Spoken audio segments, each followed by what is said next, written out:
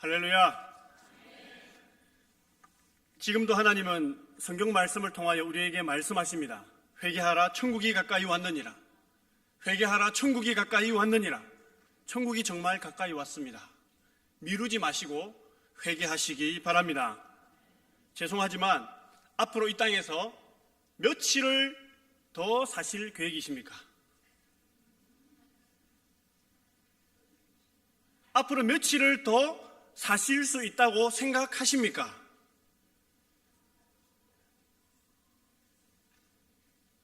그러나 그 며칠조차도 마음대로 할 수 없는 것이 바로 우리의 인생입니다. 여러분의 생명 누구의 것입니까?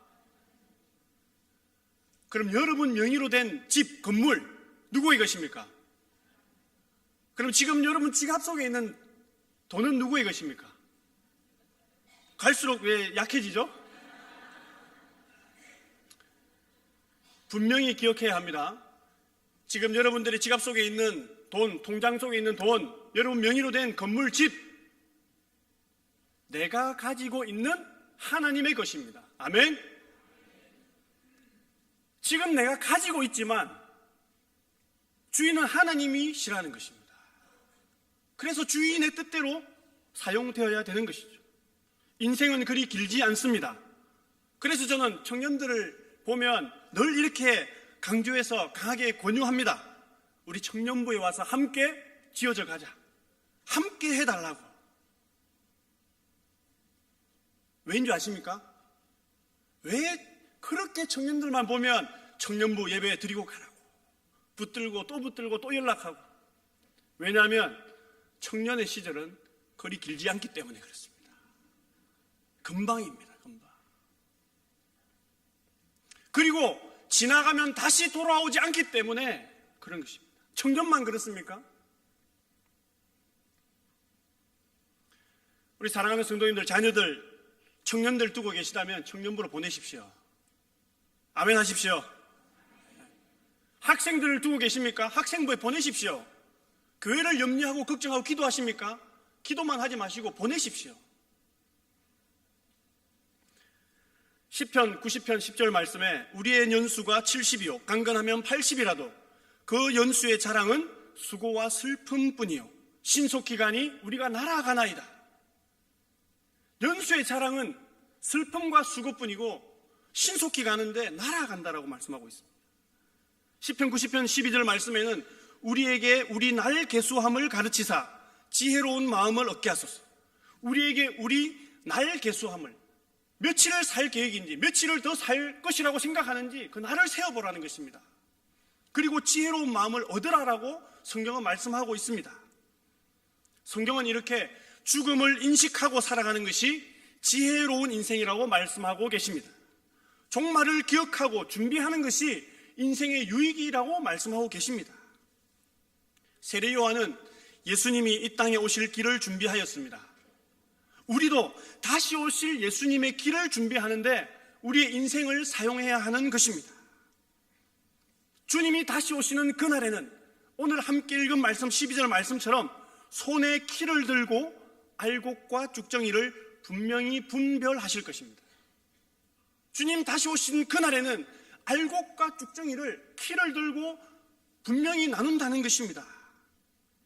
더 두려운 사실은 알곡은 주님과 함께 영원한 천국에서 복락을 누리고 쭉정이는 꺼지지 아니하는 지옥불에 떨어진다는 사실입니다.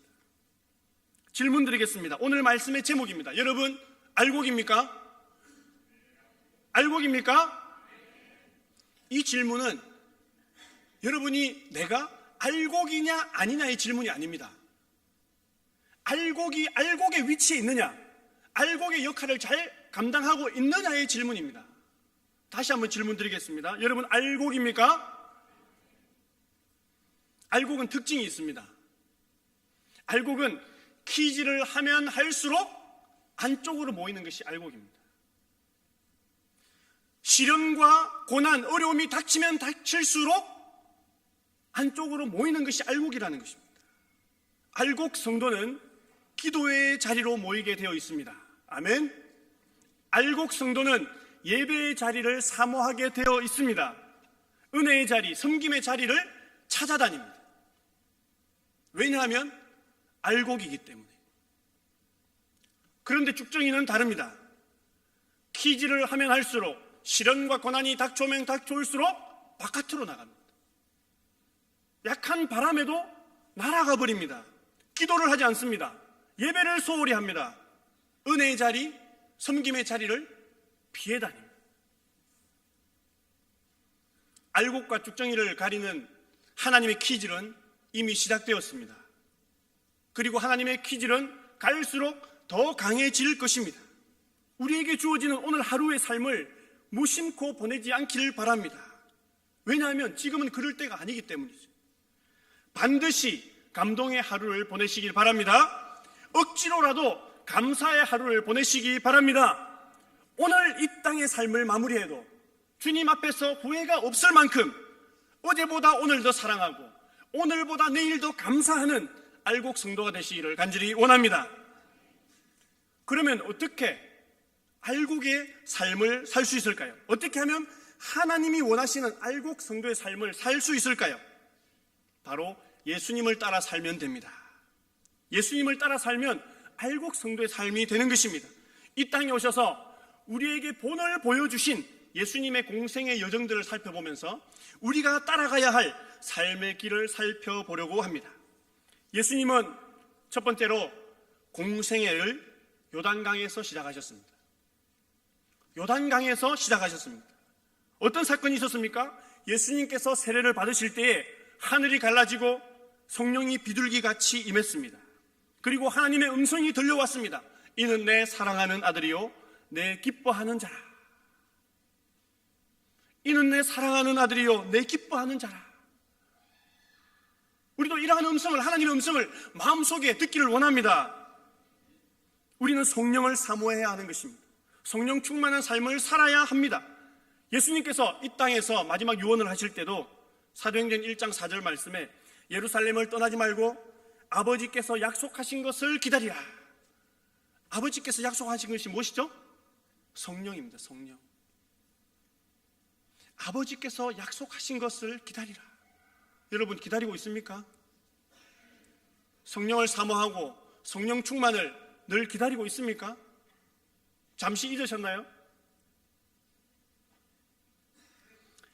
사도행전 1장 8절 말씀에도 오직 성령이 너희에게 임하시면 너희가 권능을 받고 예루살렘과 온 유대와 사마리아와 땅끝까지 이르러 내 증인이 되리라. 오직 성령이 임하시면 내 증인이 될 것이다 라고 말씀하고 있습니다. 우리 교회가 부흥되기를 원하십니까? 우리 교회의 미래를 위하여 기도하고 계십니까? 성령 충만을 위해서 기도하시기 바랍니다. 특별히 오늘 헌신 예배를 드리는 우리 청년들을 위해서 더더욱 힘써 기도해 주시기 바랍니다. 오늘날 이 시대가 청년으로서 신앙을 지키고 살아가는 것이 얼마나 힘든지 여러분 아십니까? 믿음 안에서 더욱 강건하고 하나님 중심, 말씀 중심, 교회 중심, 성령 충만한 삶을 살아가도록 기도해 주시기를 바랍니다. 오늘날 청소년들이 교회를 회피하는 이유가 5가지가 있다고 합니다. 우리 청년들보다 또 시급한 우리 청소년들, 교회를 회피하는 이유가 5가지가 있다고 합니다. 첫 번째는 그들이 보기에 하나님이 교회에 나타나지 않으신다라고 생각한답니다. 그들 생각에 교회에 하나님이 나타나지 않으신다라고 생각하기 때문에 교회를 회피한다는 것이죠. 그것은 무엇입니까? 교회를 통해서 하나님을 만나고 있지 못하다라는 것이죠. 그럼 우리는 어떻게 될까요? 우리 아이들이 교회를 통해서, 우리 교육부서를 통해서 하나님을 만나게 해달라고 늘 기도해야 되는 것이죠. 그 선두에 교사들이 서 있는 것입니다. 성령 충만의 체험을 우리 청소년 시절에, 우리 청년 시절에 할 수 있도록 기도해야 되는 것입니다. 섬겨야 되는 것입니다. 두 번째, 그들이 교회를 회피하는 이유는 부모님들이 교회를 우선시하지 않기 때문에 자녀들도 그렇게 한다. 자녀들이 바라볼 때 부모님들도 교회 우선순위의 삶을 살지 않기 때문에 그렇게 한다는 것입니다. 그래서 자녀들은 내가 왜 꼭 교회 중심의 삶을 살아야 하나? 내가 왜 꼭 교회의 교육부서에 참여해야 되나? 혼자만의 생각이 아닙니다. 부모와 마찬가지로 필요성을 느끼지 못하고 있다는 것이죠. 자녀들이 믿음의 삶을 살기를 원하십니까? 부모님들이 먼저 교회 중심의 삶을 사시기 바랍니다. 우리가 할 것은 그거밖에 없습니다. 세 번째, 그들이 교회를 회피하는 이유는 교회보다 다른 것을 더 의존한다. 교회보다 인터넷 게임을, 스마트폰을, 먹을 것, 입을 것 등등 내 손에 있는 것들이 너무 풍부하기 때문에 교회를 회피한다라는 것이죠. 그런데도 부모님들은 더 못해줘서 안달이라는 것입니다. 더 못 줘서 안달이라는 것이죠. 그러한 것들로 부모의 사랑을 대신하지 마시기 바랍니다. 학원이, 성적이, 세상의 스펙들이 예배와 하나님을 대신하게 용납하지 않기를 바랍니다. 네 번째, 그들이 교회를 회피하는 이유는 교회에 다니는 사람과 교회에 다니지 않는 사람이 구별이 안 된다는 것입니다. 교회에 다니는 사람과 다니지 않는 사람이 구별이 되고 표시가 나면 자기도 다닐 텐데 다니나 안 다니나 구별도 안 되고 똑같다라는 것이죠. 안 다녀도 되겠네. 마지막 다섯 번째, 그들이 교회를 회피하는 이유는 교회, 교육부서의 관계성 없는 열심 때문이라고 합니다. 관계성 없는 열심, 뭐냐면 형식적인 신방, 진심 없는 관심, 말로만 하는 사랑, 관계성 없는 열심에 질렸다고 합니다. 토요일 되면 또 전화 오겠지. 일주일 동안 아무 소식 없다가 진정 그들을 원한 신방인지 그들은 알고 있다는 것입니다. 그래서 오늘날 우리 자녀들은 시대에 맞지 않는 보릿고개, 새로운 보릿고개에 직면해 있다고 합니다. 보릿고개 무엇인지 아시죠? 작년에 수확한 양식은 떨어지고 새로 추수할 보리는 익지 않고 새로운 보릿고개. 오늘 우리 자녀들은 물질적으로는 너무나 풍요한데 영적으로는, 말씀으로는, 은혜로는 굶주려 있는 영적 보릿고개에 놓여 있다는 것입니다. 그래서 갈수록 영혼은 더 메말라 간다는 것이죠. 자녀들을 진심으로 사랑하십니까? 사랑하는 우리 자녀들에게 무엇을 남겨주시기를 원하십니까? 마태복음 6장에서 예수님은 말씀하십니다. 공중의 새를 보라. 심지도 않고 거두지도 않고 창고에 모아들이지도 않는다. 들의 백합화를 보라. 수고도 아니하고 길쌈도 아니하느니라.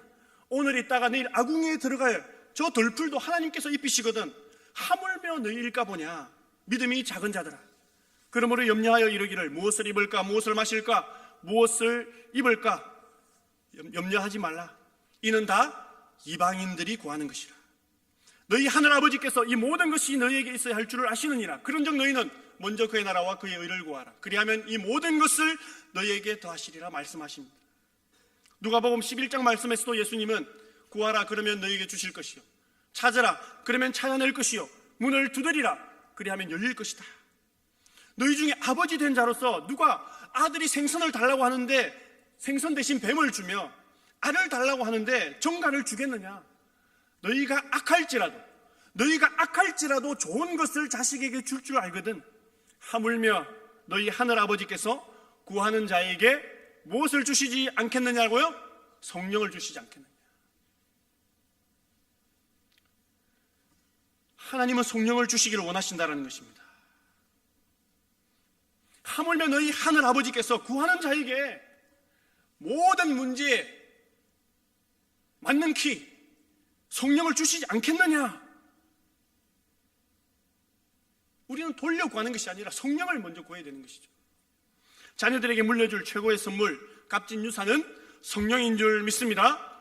우리 자녀들이 직면할 인생의 모든 문제의 해답은 바로 성령 충만인 줄 믿습니다.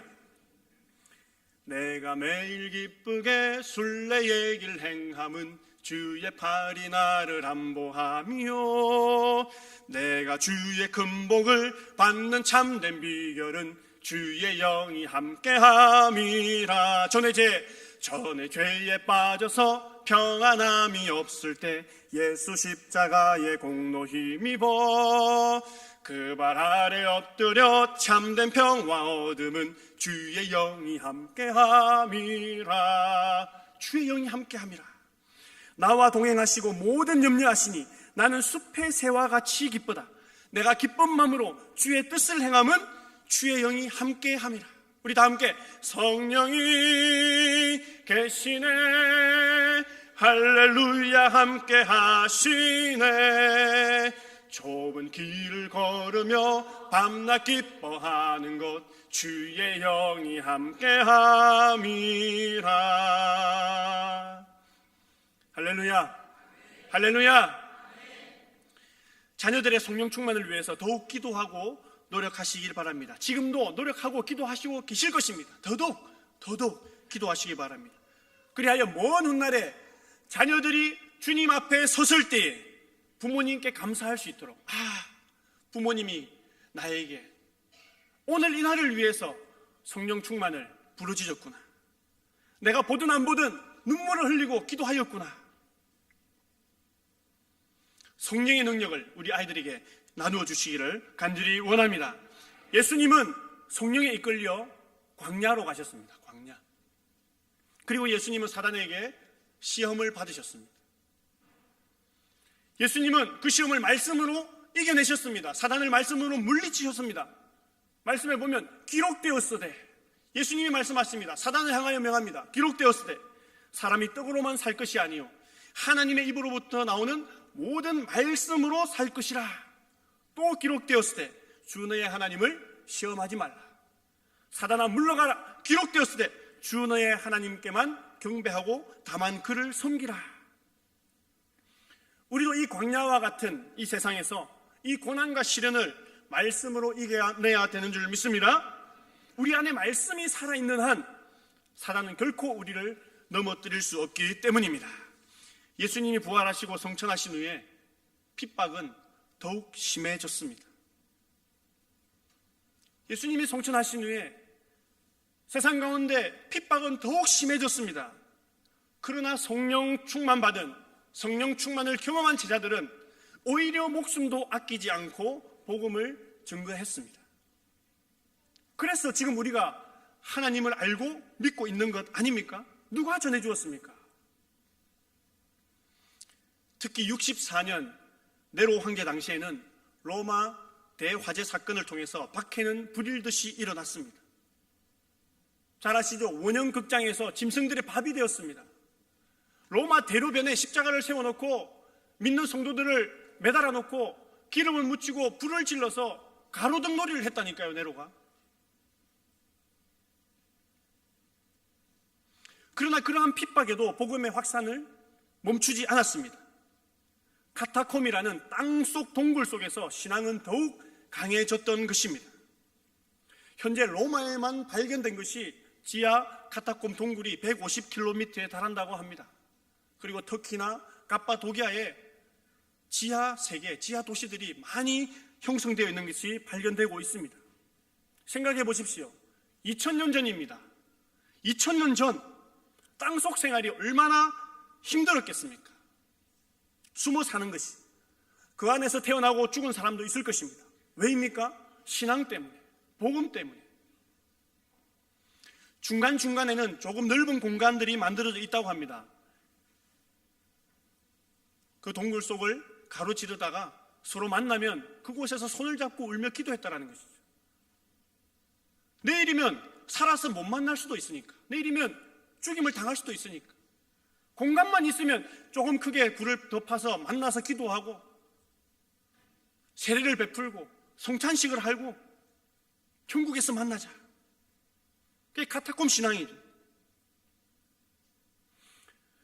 그러나 그 혹독했던 핍박의 로마가 드디어 313년 콘스탄티누스 황제의 밀라노 칙령에서 기독교가 공인이 됩니다. 그리고 392년에는 테오도시우스 황제 때에 기독교가 국교가 되옵니다. 그 혹독했던 핍박의 나라가 기독교를 국교로 정했다라는 것이죠. 복음이 승리한 것입니다. 이 고난과 순교의 역사 위에 퍼져갔던 복음이 지상 위로 올라와서 세워진 것이 있는데 그 제도가 바로 교황 제도입니다. 이 교황제도는 후에 황제, 왕권 위에까지 올라갔고 날이 갈수록 부패하고 타락해져 갔습니다. 그 때문에 땅속에 있던 카타콤 신앙은 또다시 부르짖기 시작했습니다. 이거 뭔가 잘못되어 가고 있다. 처음으로 다시 돌아가자. 말씀으로 돌아가자. 우리가 오순절 마가 다락방에서 경험했던 그 성령의 뜨거움으로 돌아가자. 그것이 바로 종교개혁입니다. 쯔빙글리, 요하누스, 위클리프 등 목숨을 걸어야 할 만큼 힘든 그 종교개혁을 끊임없이 시도하고 부르짖었다라는 것입니다. 이 개혁은 1517년에 마틴 루터의 95개 조항 반박문을 통해서 급물살을 타고 확산되게 됩니다. 마틴 루터 아시죠? 들어보셨죠? 루터가 종교개혁의 중심에 서게 된 것은 이유가 있습니다. 계기가 있습니다. 루터가 1502년에 일반 대학을 졸업하고 아버지의 등살에 밀려서 1505년에 다시 법대를 들어갑니다. 그러던 어느 날 집에 돌아오는 길에 천둥이 치고 벼락이 치고 나무가 쓰러지고 나무가 불이 붙습니다. 그리고 가장 친한 친구의 죽음 소식을 듣게 됩니다. 그리고 그는 충격에 빠집니다. 고민에 빠집니다. 죽음이라는 것은 나에게도 언제든지 찾아올 수 있구나. 그런데 지금 내가 죽으면 과연 천국 갈 수 있을까? 이 고민에 빠지게 되는 것이죠. 과연 지금 내가 하나님 앞에 가면 하나님께 어떠한 결과를 올려드릴 수 있을까? 그래서 그는 모든 것을 다 접고 수도원으로 들어가게 됩니다. 그리고 고민하게 됩니다. 잠을 자지 못합니다. 제가 생각날 때마다, 제가 떠오를 때마다 신부를 찾아가서 고해 성사를 합니다. 제가 이러한 죄를 지었습니다. 용서해 주십시오. 하고 또 돌아옵니다. 잠자리에 들려고 합니다. 근데 또 제가 생각납니다.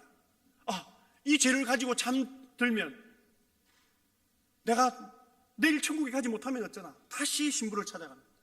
이러한 과정이 계속 반복됩니다. 수십 번을 더 갔다 와도 또 제가 생각나고, 수십 번을 더 갔다 와도 또 제가 생각나고, 그때 깨달은 것이 있죠.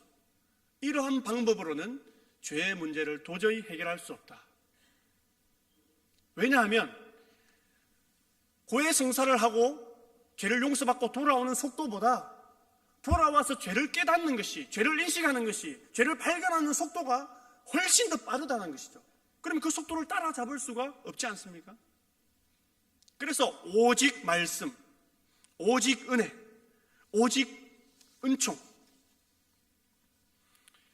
오직 말씀, 오직 은혜, 오직 은총, 오직 믿음.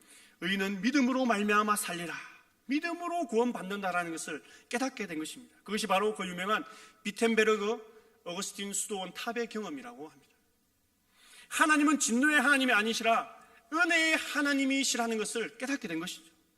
오직 성경, 오직 믿음, 오직 은총, 말씀으로 돌아가자. 이것이 바로 종교개혁의 모토입니다.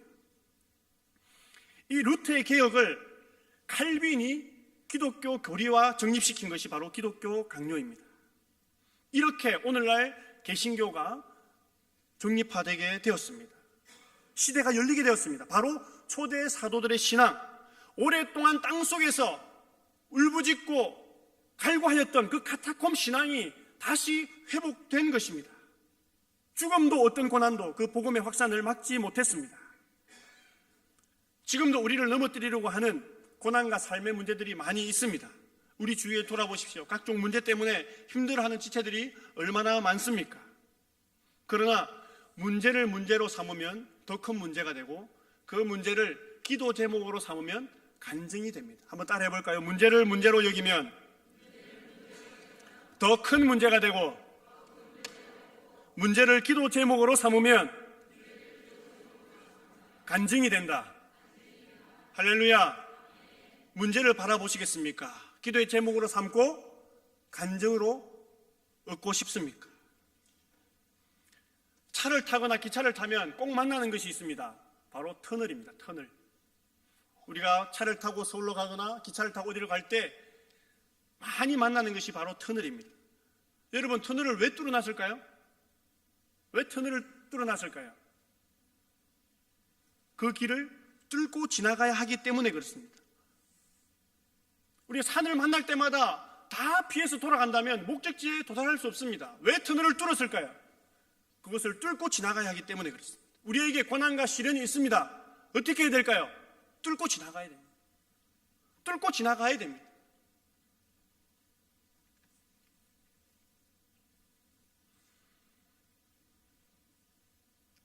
이처럼 우리가 피하지 않고 묵묵히 감당하고 뚫고 나가야 하는 것이 바로 오늘날 우리가 직면한 고난과 시험입니다. 그 고난이 우리의 믿음을 더욱 강건하게 만들 것입니다. 우리를 더욱 성장시켜 줄 것입니다. 비록 죽음이 우리를 위협한다 할지라도 믿음으로 그 고난을 이겨내는 우리 성도님들 되시기를 간절히 원합니다. 우리 세 번째 예수님의 주 사역 무대는 갈릴리였습니다. 갈릴리는 공동체를 의미합니다. 예수님은 제자들과 함께 하기를 원하셨습니다. 마가복음 14장 42절 말씀에도 일어나라 함께 가자. 나를 파는 자가 가까이 왔느니라. 예수님은 십자가에 못 박히는 그 순간까지도 제자들과 함께 하기를 원하셨습니다. 예수님은 지금도 우리와 함께 하기를 원하십니다. 우리를 통하여 역사하기를 원하십니다. 우리를 하나님 나라의 도구로 사용하기를 원하십니다.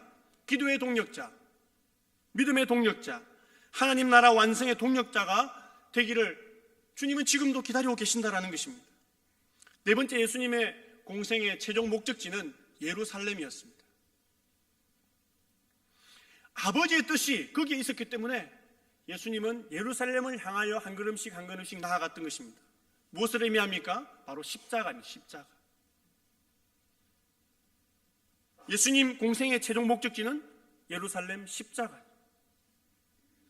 마가복음 10장 45절 말씀에 인자가 온 것은 섬김을 받으려 함이 아니라 도리어 섬기려 하고 자기 목숨을 많은 사람의 대속물로 주려 함이라. 요한복음 12장 24절 말씀에도 한 알의 밀이 땅에 떨어져 죽지 아니하면 한 알 그대로 있고 죽으면 많은 열매를 맺느니라. 주님이 이 땅에 오신 목적은 섬기기 위해서 오셨습니다.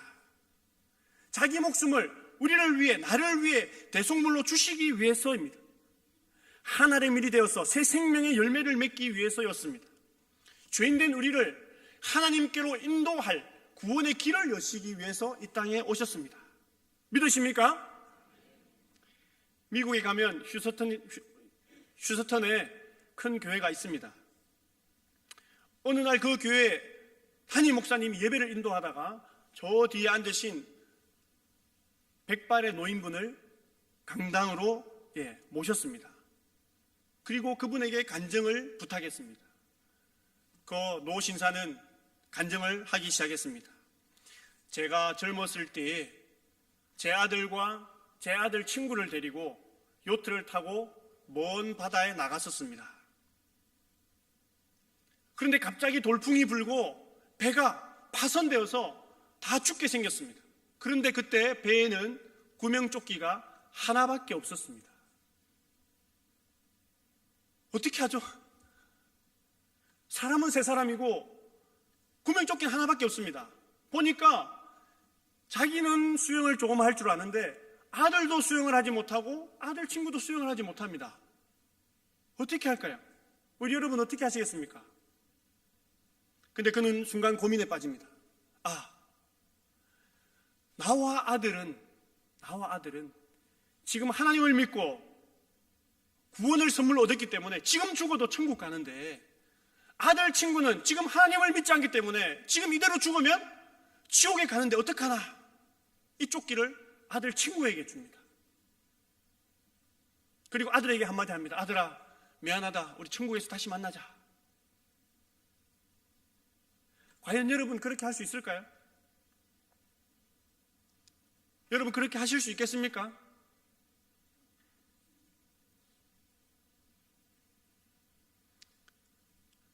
그런데 그 다음 말씀이 너무 감동적이었습니다. 아들은 죽고 저는 살고 아들 친구도 살았는데 지금 그때 산 아들 친구가 여러분의 담임 목사님입니다. 이렇게 하십니다. 지금 죽어서 지옥 갈까봐 구명조끼를 주어서 구했던 그 아들 친구가 지금 여러분이 섬기고 있는 교회 담임 목사님입니다 라고 간증을 하는 겁니다. 이 아버지가 바라볼 때 그 아들 친구는 어땠을까요? 아들과도 같았겠죠. 아들을 희생해서 살려낸 아들 친구니까. 그 목사님을 바라볼 때마다 아들이 생각났을 것입니다. 여러분 같으면 생각 안 나겠습니까? 아들과 바꾼 생명인데. 하나님이 그렇게 우리를 구원하셨습니다. 할렐루야. 예수님을 그렇게 희생하셨다고요. 왜 하나님께서 아들 성자 예수 그리스도를 이 땅에 보내셔서 십자가를 지게 하신 줄 아십니까? 우리를 구원하기 위해서입니다. 그래서 우리는 예수님 자리의 인생인 것이죠. 하나님 보시기에 우리 한 사람 한 사람 안에는 아들 예수님의 가치가 그대로 들어있는 것입니다. 아들 보시기에, 하나님 보시기에 우리 한 사람 한 사람이 그 아들의 가치인 것이죠. 사람에게는 세 가지 관점이 있습니다. 첫 번째는 내 관점입니다. 자기 중심적인 사람입니다. 나는 이런 사람이야. 나한테 맞춰. 그래서 이런 사람은 다른 사람들이 자기에게 맞춰주어야 적성이 풀리고 문제가 생기지 않습니다. 두 번째는 상대방의 관점에서 먼저 생각하는 사람입니다. 우리가 사자성어로는 역지사지라고 그러죠. 상대방의 입장에서 먼저 생각해보는 것. 이는 첫 번째 사람보다 더 성숙한, 성장한 사람입니다. 세 번째는 하나님 관점의 사람입니다. 하나님이 주신 사명을 먼저 생각하는 알곡, 사명자입니다. 아들을 희생시켰던 그 아버지는 하나님의 사명을 먼저 본 것이죠. 죽어가는 영혼, 지옥에 갈 수밖에 없는 영혼을 살리기 위해서 아들까지도 희생한 그 사명자. 우리는 나의 관점에서 벗어나 상대방의 관점, 그리고 더 나아가서 하나님의 관점에서 세상을 바라볼 수 있어야 합니다. 우리가 성령 충만받고 말씀으로 무장하여 시험을 통과하고 믿음의 공동체로 함께 지어져 가야 하는 데는 그러한 목적이 있기 때문입니다. 우리에게 생명을 주신 하나님의 목적이 거기에 있기 때문입니다. 성령 충만의 삶을 사는 것입니다. 하나님이 찾으시는 거룩한 예배자가 되는 것입니다. 말씀으로 시험을 이겨내고 믿음으로 고난을 통과하여 믿음의 공동체를 이루는 것입니다. 그리하여 내 관점을 넘어서 하나님의 관점으로 구원의 사명을 이루는 것입니다. 주님이 하셨던 것처럼 우리도 목숨을 다해 죽어가는 영혼을 살려야 하는 목적이 거기에 있는 것입니다. 그러나 사단에게도 목적이 있습니다. 하나님과 반대되는 목적입니다. 사단의 목적은 우리가 하나님으로부터 멀어지게 하는 것입니다. 알곡을 쭉정이로 만드는 것입니다. 온갖 세상의 것들로 하나님을 잊게 만드는 것입니다. 왜냐하면 그것이 하나님을 가장 마음 아프게 하는 것이기 때문에 그렇습니다. 사랑하는 성도 여러분, 알곡으로서 몸부림치는 하루하루를 사시기를 바랍니다. 알곡에게는 성령의 뜨거운 불이 있습니다. 회개의 기도가 있습니다. 말씀의 능력이 있습니다. 구원의 은혜가 있습니다. 제자의 사명이 있습니다. 미래에 대한 소망, 새 생명의 열매가 있습니다. 믿음의 공동체가 있습니다.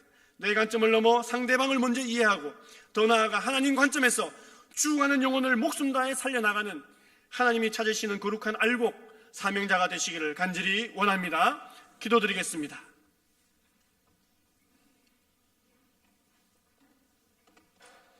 하나님 아버지, 저희들에게 뜨거운 성령의 불을 허락하여 주옵소서. 그리하여 회개의 기도가 끊어지지 않게 하옵소서. 말씀의 충만함으로 고난을 이겨내게 하옵소서.